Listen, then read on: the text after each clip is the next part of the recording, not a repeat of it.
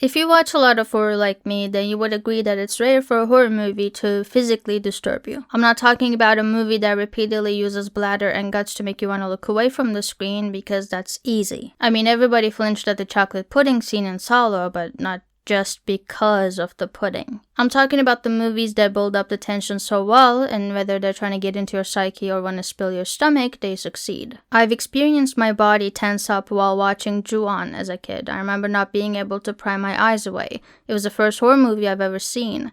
The entirety of Martyrs made me sick. Watching that one scene in The Exorcist made me get stuck in a spot between a laugh and a sob. Whenever a horror movie achieves to make me have a physical reaction, it wins my heart, whether the movie ends up being a favorite of mine or not. Very recently, I watched a Turkish horror movie released a decade ago by the name of Baskın, and I want to talk about it. Baskın is the Turkish word for raid, which fits perfectly since our characters are a group of cops. Apo is the captain, but Remzi is the oldest, so he has authority over the others as much as him. Yavuz is the clown of the group, will tell any story to get a few laughs. Arda is the youngest member, and Seyfi is sort of like the middle child, always going through some kind of crisis, and I mean that because if you think about it, did he really need to have a meltdown at the restaurant's bathroom after seeing himself on the mirror? Like, dude, it's okay, we all get horrified by our image sometimes, right guys? You would know. They hear a call for backup to some abandoned building near them, so naturally they make their way to the location. The drive, however, doesn't go smoothly due to the driver running over someone and swerving their van off right into a lake. Guess who the driver was? Against Seyfi's best efforts of ruining their boys' night, they eventually make it to the building the distress call was coming from, with the help of some local folks. The structure used to be a police station back during the Ottoman era, which was then turned into a barn and now completely abandoned. Or so they say. You see, the funny thing about abandoned areas is that you can never know who's claimed it as home. With no sight from the cops who asked for help, they entered the building to investigate. Soon after, the stench of the place overwhelms them and they start hearing this repeating thump. The source of the sound turns out to be a cop hitting his head into a wall. Over and over and over again. The man is in shock and too tongue-tied to explain where the rest of his team is, so he only points to a hallway that has stairs going all the way down to the bottom. Middle child Seyfi is tasked with taking the shell-shocked guy into their van and calling for more backup. Before accomplishing his task though, he gets distracted because he sees a frog hopping around on the floor and decides to follow it. The ADHD brain is something to amaze at. It just makes you wonder, like, can this guy do anything? Okay, to cut him some slack though, up until this point in the movie, frogs appear multiple times. The first time they appear is right before Seyfi has his meltdown in the bathroom. They also appear right after he almost ran over a half-naked dude. Yes, he ran over someone, and he also almost ran over some. These are separate incidents. He almost ran over someone, and then they still let him drive after that, and then he successfully ran over someone and drove them all into a lake, which is the third time we see frogs in the movie. This ominous family is credited as frog hunters. Frogs are seen as symbols of transformation, and the multiple appearances serve as a very crude foreshadowing for what's to come. But since this movie is Turkish, and the majority of Turkish people are Muslim or have been raised as such, it's safe to assume some of the imagery and symbolism used in the movie might also be related to Islam. In which case, Islam apparently prohibits you from eating frogs, which means you can't kill frogs because their croaking is the glorification of God, which means they're eating Allah's choir, bro. Seyfi follows the frog into a room where two people, drenched in blood, with cloth-covered eyes, in chains, are performing a sexual act in front of a humble audience of similar-looking individuals. They end up dragging him into their love nest as well, while the other cop stands watching in terror. And this is only the beginning. Our alive cops descend down the stairs into hell. They end up in a room with walls adorned in strange, cultish, ritualistic drawings. Some are again frogs, and some reptilian entities, more sexual in nature. There's bodies and black plastic wrapping, some even hanging from the ceiling like cocoons. In this part of the movie, the camera is filming the characters from really close up, and this visual impurity it creates for us makes things so intense. We know the danger these characters are in because of what we just saw, but they have no idea. Following their eyes and ears in this chamber when any turn of a corner or any slight tilt of their flashlight could reveal something hellish they can't turn back from. You ever seen those butcher shops where they hang like half of an animal by the hooks and the butcher is just trimming away the fat and whatnot? And then there's also other meat packaged and wrapped, spread around the shop.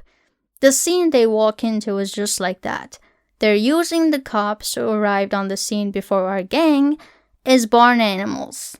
Straight up cattle. All 4 of them get captured by the cultists. They're just like the ones we've run into before. They're all wearing either nothing or some pieces of cloth. Their eyes are covered, they're bloody, and it's no coincidence they jump and climb over each other and croak together like frogs. They're waiting for their leader, their prophet, their father. And when he arrives, it's obvious that this is the end, because you can't escape hell. Father introduces himself and his disciples as mere companions who are here to shepherd the group on this road fate has chosen for them. His people are here to guide these men, and these men are here for a reason. This is a night where realms unite, but in order to get across this bridge into another realm, they each must leave their worldly eyes behind and open them up to what's beyond. Literally. Father thinks Yavuz has what it takes to get across this bridge.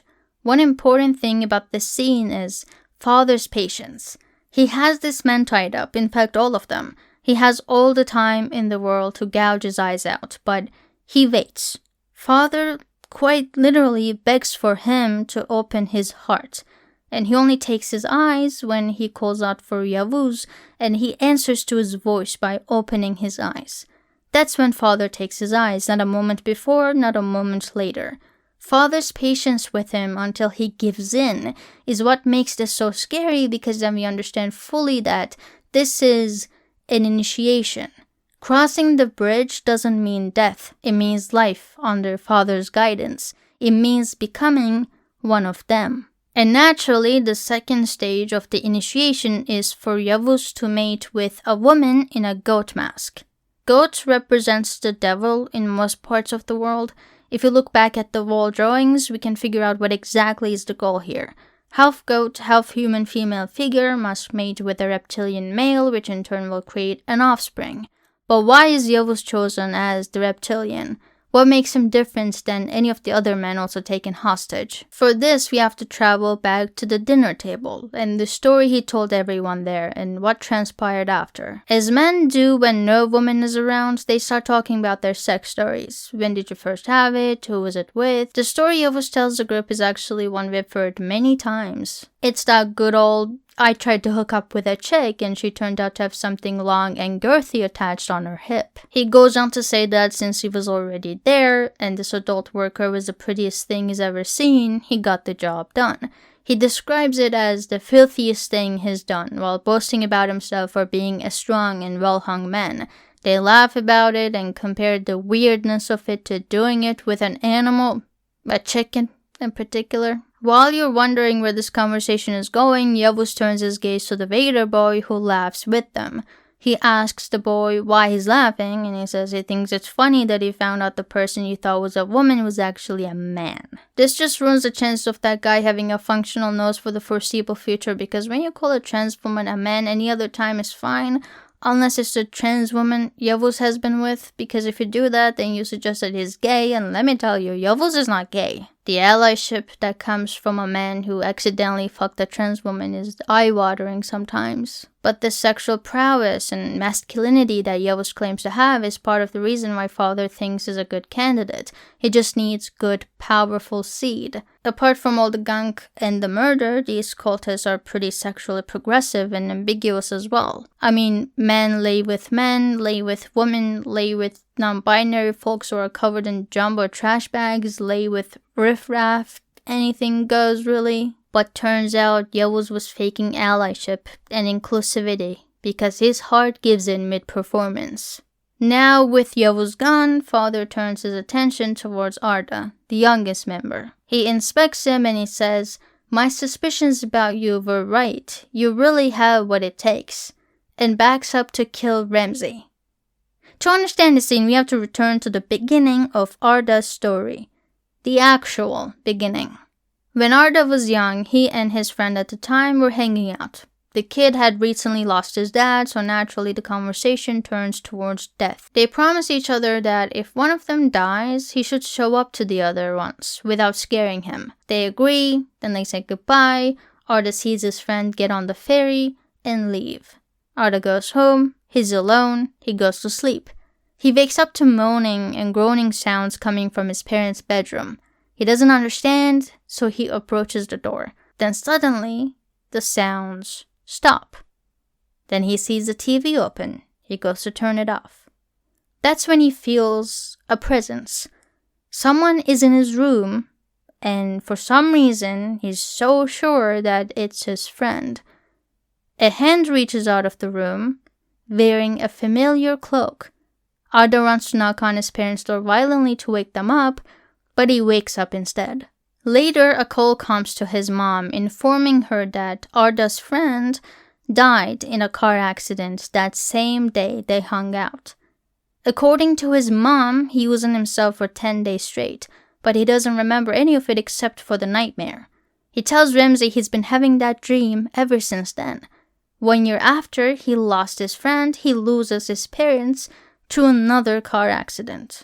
I should also mention that throughout the movie, the restaurant acts like a liminal space, a hallway with 2 doors that connect 2 realms, and sometimes things seep through the cracks. As the characters start crossing this bridge and their worlds go upside down, Ramsey and Arda repeatedly go back to this restaurant. They're the only 2 in the group who have seen the father before, felt his presence, felt him breathing down their necks. In Islam, it is stated that some people are granted gifts by God to see the true nature of things. Other spiritual people call this the third eye, the ability to see things that lurk in this realm, seeing beyond the physical world, visions, dreams that turn out real. Both Arda and Ramsey have a deeper connection with the spiritual realms. When they first ended up in front of this building, Ramsey told Arda not to be afraid because he has the key to this place. That scene is set up intentionally to make us think he's talking about his weapon, but he meant something else. Having more experience with the spiritual due to his age, and being the caretaker of Arda since he was friends with his uncle, Ramsey had been a protector of sorts for him. He dies trying to protect him as well, and this protection materializes in the form of a key. And because father is the open door that leads to his realm, he carries a keyhole symbol on his forehead. Arda uses this key he got from Ramsey to lock that door and blind him. He then repeatedly smashes his face with the stepping stool he used to reach them. He gets out of the building and starts running up on the road. When Arda kills father, he washes his face with his blood, just like father did with Ramsey's. His disciples make way for him, just like they did for father. They reach for Arda the same way they reached for him. It's as if Arda transforms into father. If he was already dead because the man they hit was him, and they ended up crashing into the lake because of him, and getting stranded with no choice but to descend into hell because of him, then Arda was the person who guided them there. He was one of them all along. There's a reason why Arda has lost so many people in his life to car accidents, and there's a reason why he lost himself to one as well. His child self caused the door to open by inviting his dead friends into this realm. Just like any invitation regarding the spiritual, you don't know who's going to actually enter through the door. He probably blamed himself for his parents' death as well. That's why he went into shock when the van ran over someone, which now we know was Arda. This guilt was drowning him, and he was never able to get the necessary psychological help from his parents because he had lost them too early. They were like a locked door for him.